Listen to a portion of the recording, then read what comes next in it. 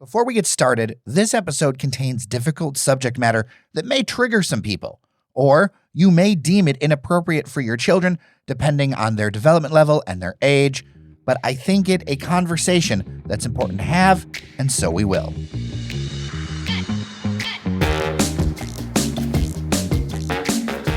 It's June 27th, 2022. I'm Jairus Days. On your Daily Detroit, in the wake of the landmark reversal of Roe v. Wade and the drama that happened over the weekend where Michigan's largest health system decided to follow a very strict 1931 Michigan law that is currently under injunction, then pull back after intense public pressure, we're going to look at the issue of abortion and choice locally from a practical and medical perspective. You know, in polite society, we do not talk about pregnancy experiences. After a certain age, you probably have friends who've gone through an abortion, but you probably don't know it as it's often a private matter. And if you've not gone through that experience for a variety of reasons yourself, or been a partner to someone who went through it, you may get from most media just bullet points, just talking points that, in my experience, don't even begin to scratch the surface of the medical issues at play. So let's get awkward and have the hard conversation. To add some clarity, I called up Dr. Paul Thomas from Plum Health Direct Primary Care to help guide us. To be clear and to set a baseline, the 1931 Michigan law that's blocked by a court right now would make almost all abortions a felony, with a possible penalty of up to 4 years in prison for both the doctors who assist in the procedure and pregnant people who use medications for self-abortions. The 1931 law also has a lot of legal ambiguity for medical providers and no exceptions for rape or incest. Michigan Republicans are proposing measures right now to reinforce that law, including harsher penalties for abortion providers with 20-year sentences, plus banning some contraceptives and those manufacturing, distributing, or selling a drug intended to cause an abortion, they'd face a felony sentence of up to 20 years, taking a lot of options off the table for people. With Governor Gretchen Whitmer in office, they're unlikely to become law, but if that changes, it's almost assured that they would. And if the legislature continues to be controlled by Republicans, the message is very clear on their goals and what they will do. Suffice it to say, this has become truly an inflection point election. One way or another, Michigan and Metro Detroit will never be the same after this November. So with so much at stake, I wanted to look at the medical realities on the ground. They involve raw emotions and difficult decisions, and we're going to get started with that right now. Joining me virtually, Dr. Paul Thomas, Plum Health Direct Primary Care, as always, to help us sort out everything with a clear mind and a clear head. Welcome back to the show, sir. Hey, thanks so much for having me, Jared. It's great to be here.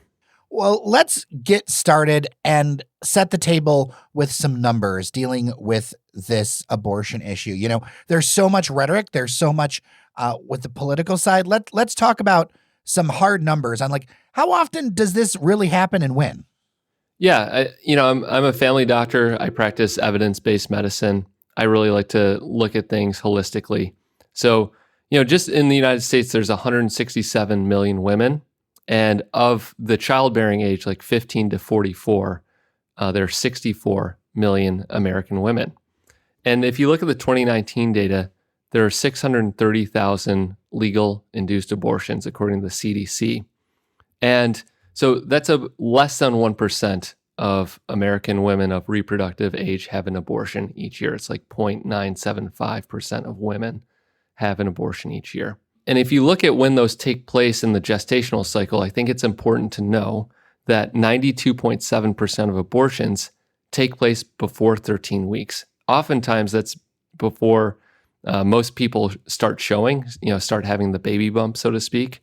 6.2% of abortions are performed between 14 to 20 weeks, and only 1%, it's actually less than 1% of abortions take place after 21 weeks. This is important because the baby has to reach 22 weeks of gestation to be viable outside of the womb. And that is still extremely premature. A baby born at this age will need a great deal of medical attention.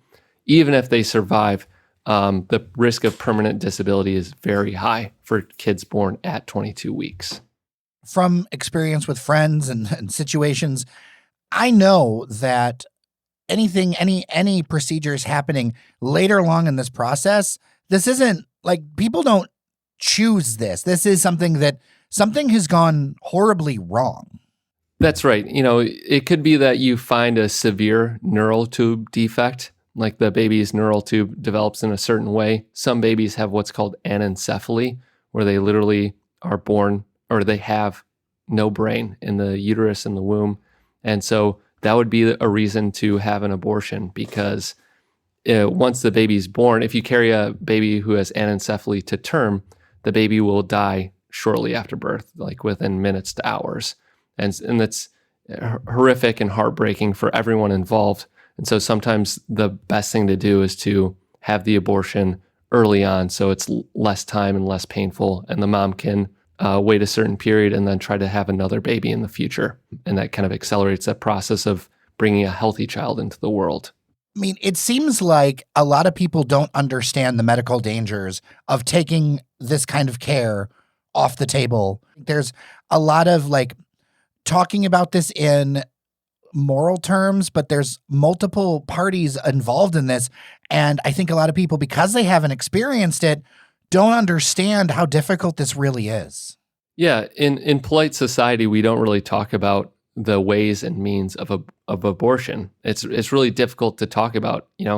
We doctors, we don't like performing abortions. This is difficult. It's heart-wrenching, but it's also necessary for the health of the mother, to preserve their fertility going forward. So let's talk about one of those cases specifically, which is ectopic pregnancy. Most of the time when the sperm and the egg meet, they meet up in the fallopian tube near the ovary, and that embryo moves into the uterus, into the lining of the uterus. And so most of the time, a healthy embryo will implant in the uterus, but sometimes that embryo will stay in the fallopian tube.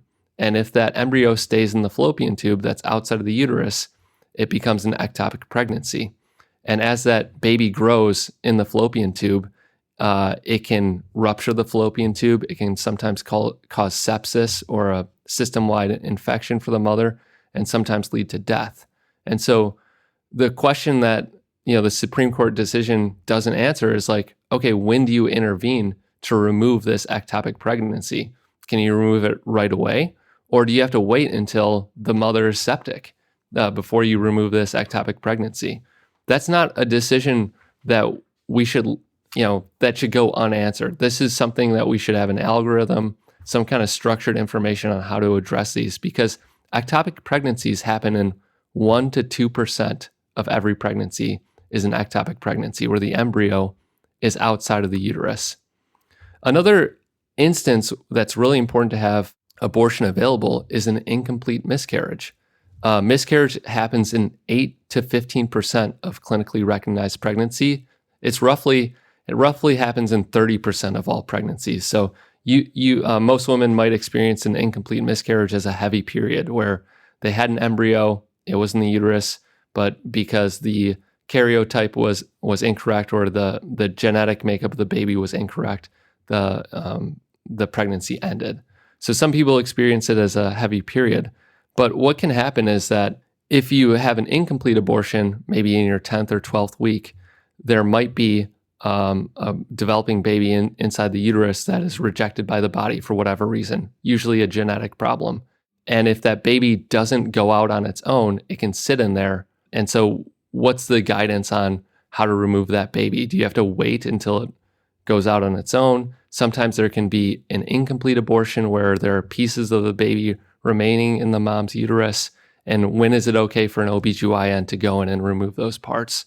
We don't talk about this in polite society because these are extremely difficult conversations, but now we have to because the Supreme Court has decided that this is now a public issue instead of a private issue between a patient and their doctor. And this is where we get to the crux of that decision initially, where Roe versus Wade and then also other decisions talk about the right to privacy and why it was kind of based on that, because these are things that most people don't know about. And I know there are listeners right now that are very uncomfortable hearing this, but there are things that need to be talked in a factual manner and things that theocracy does not answer, right? This is about the real world and as it stands and what doctors and women have to deal with and families have to deal with, not some ideal that sounds really good to some on a stump speech somewhere that you feel like you're morally righteous about. Like a lot of people are dealing with real pain and real difficult decisions. Yeah, and you know what? It's kind of an oxymoron here, but like an oxymoronic thing about this is in vitro fertilization may come into question now, because usually with IVF, you develop a set of eggs. And let me back up here. Many men and women can't conceive naturally. We're waiting longer because we're becoming more educated as a society. It becomes more difficult to conceive as you age. So a lot of people lean on IVF, or in vitro fertilization, where the woman's egg and the man's sperm meet outside of the body, and then they are inserted into the woman's uterus to have a healthy child. The goal is to have a healthy child. But in some states, discarding the frozen embryo or freezing an embryo could be seen as abortion, and it would outlaw the practice of IVF. It remains to be seen what will happen with this law. In other forms of IVF, a woman is given more hormones, and they produce more eggs. And sometimes you can have fertilization of 3, 4, 5, 6, sometimes 7, sometimes 8 eggs in a very famous case that we all know of, aka Octomom. But like a safer way is to, once you have that number of eggs, is to remove all but one or all but two. So you have a healthy single pregnancy or a healthy twin pregnancy. And that is towards the goal of having a safe, healthy pregnancy. And we're taking that option off the table for women and for families. So what is your reaction to the news over the weekend? And we were the first to really, as an outlet, verify and share that Beaumont made the decision to go ahead and only follow the restrictive 1931 Michigan law. They did about, 36 hours later, something along those lines, bring that back after intense backlash from the public. What was your initial thoughts on that? I thought it was a horrible decision, because there are women right now who are undergoing IVF who are having ectopic pregnancies. We as a community need some runway. We as physicians need some runway on how to counsel our patients. You need to prepare for a pregnancy. This is a huge decision for people, and to remove this right for women in our community to have a safe and effective abortion should things go wrong with their pregnancy is extremely important. People need to set aside additional funds in case they need to travel to Chicago to have a safe and effective abortion, or time to establish a relationship with a new doctor at another health system if their doctor at Beaumont can't provide it. And I think that this does not reflect the will of the people here in Southeast Michigan or in Michigan in general. And I think that this, Tina Fries Decker with Beaumont / Spectrum Health is making decisions from the west side of the state for a huge group of Michiganders, and it's just not right. A lot of people could not help but look at the political connections of Spectrum to, say, the DeVos family, because Dick DeVos, who is a right-wing person who ran for governor, was chair for many years of Spectrum. And there's also a DeVos on the board. And those are just realities of, it's not directly, the reason they said was they were worried about liability, but then you also can't help but see those connections and wonder, is there more push going on behind the scenes at Spectrum? Right. And the most frustrating thing here is that for an OBGYN to practice evidence-based medicine, abortion care is a part of that evidence-based medicine. And you're taking away the right of many of your physicians to practice how they were trained, evidence-based medicine, with the stroke of one email, without any community input or conversation or timeline or algorithms for care going forward, or basically how to approach these situations going forward. And we need some runway. We need guidance. I, of course, do not want to see this practice outlawed. I want to see this available because it's an essential right for women.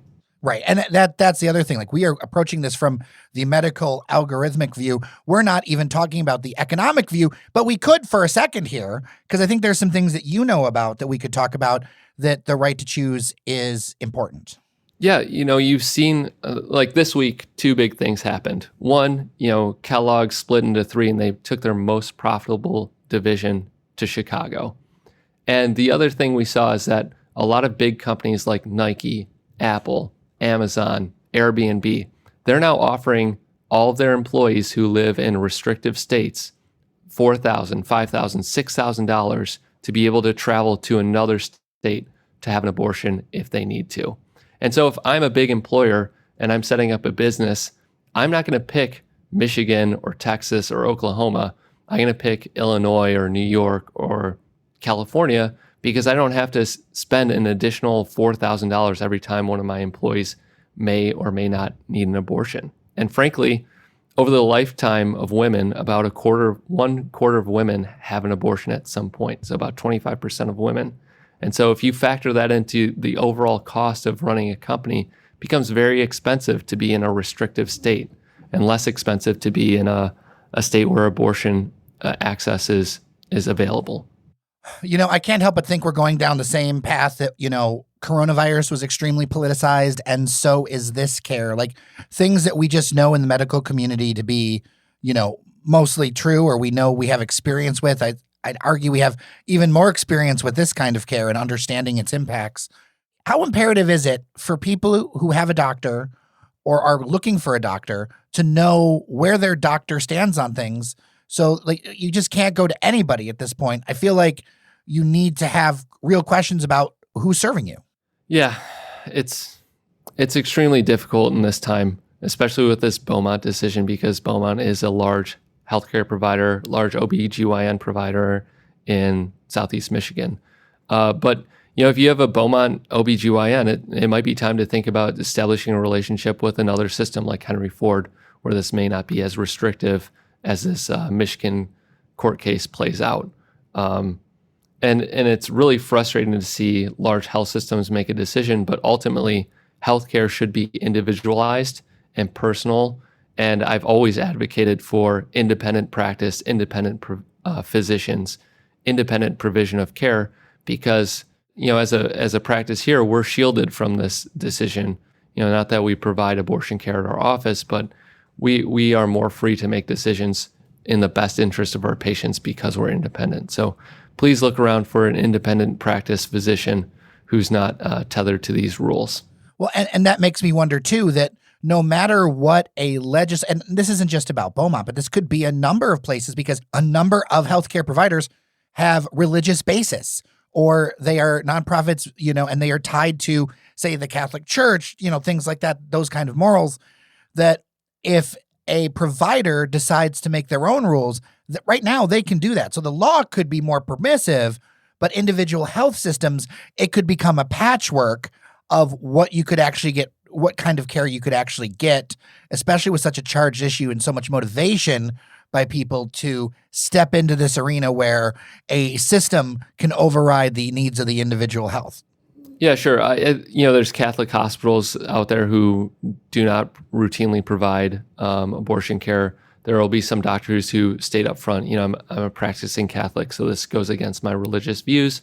But if you need this sort of care, please see my colleague, Dr. Smith or whomever, who would be able to provide this care. That's okay. You can, as an individual, you can have beliefs and practice those beliefs as long as you refer your patient to somebody else who can deliver evidence-based care that they need.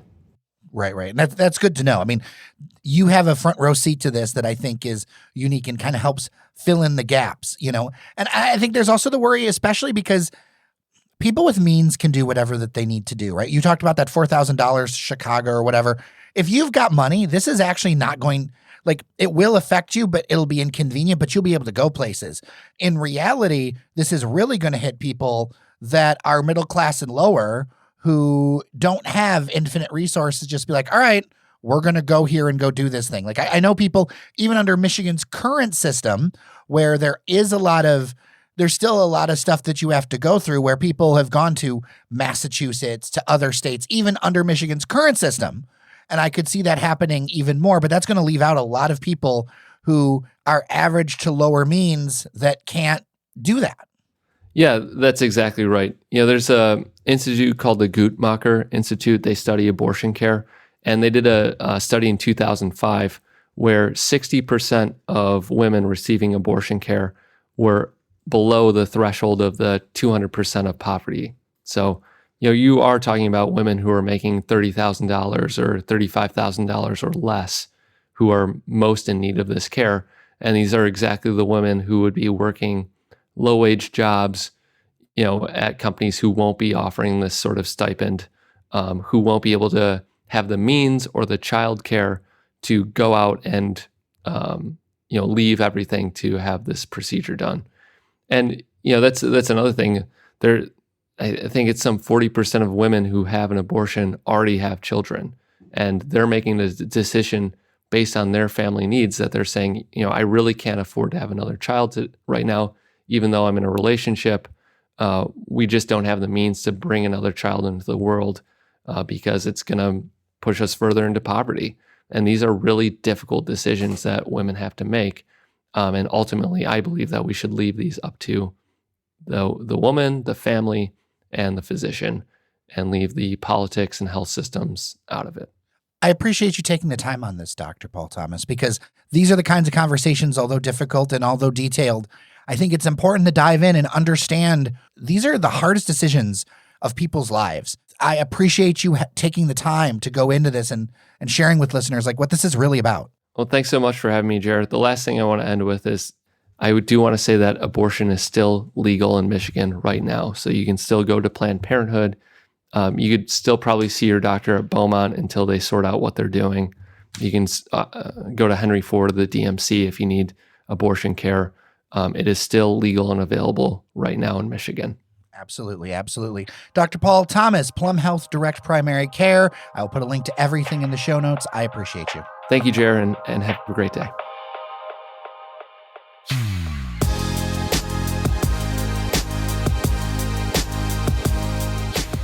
If you've got reasoned feedback, stories to share, questions, dailydetroit@gmail.com. If you're just going to yell at us and call us horrible, I'll delete it. I don't have time for that, and you shouldn't either. If this work moves you, become a member at patreon.com/dailydetroit or a one-time contribution to help with rebuilding our recently burned studio at buymeacoffee.com/dailydetroit. With that, I'm Jared Stays. Until tomorrow, take care of each other, and I'll see you around Detroit.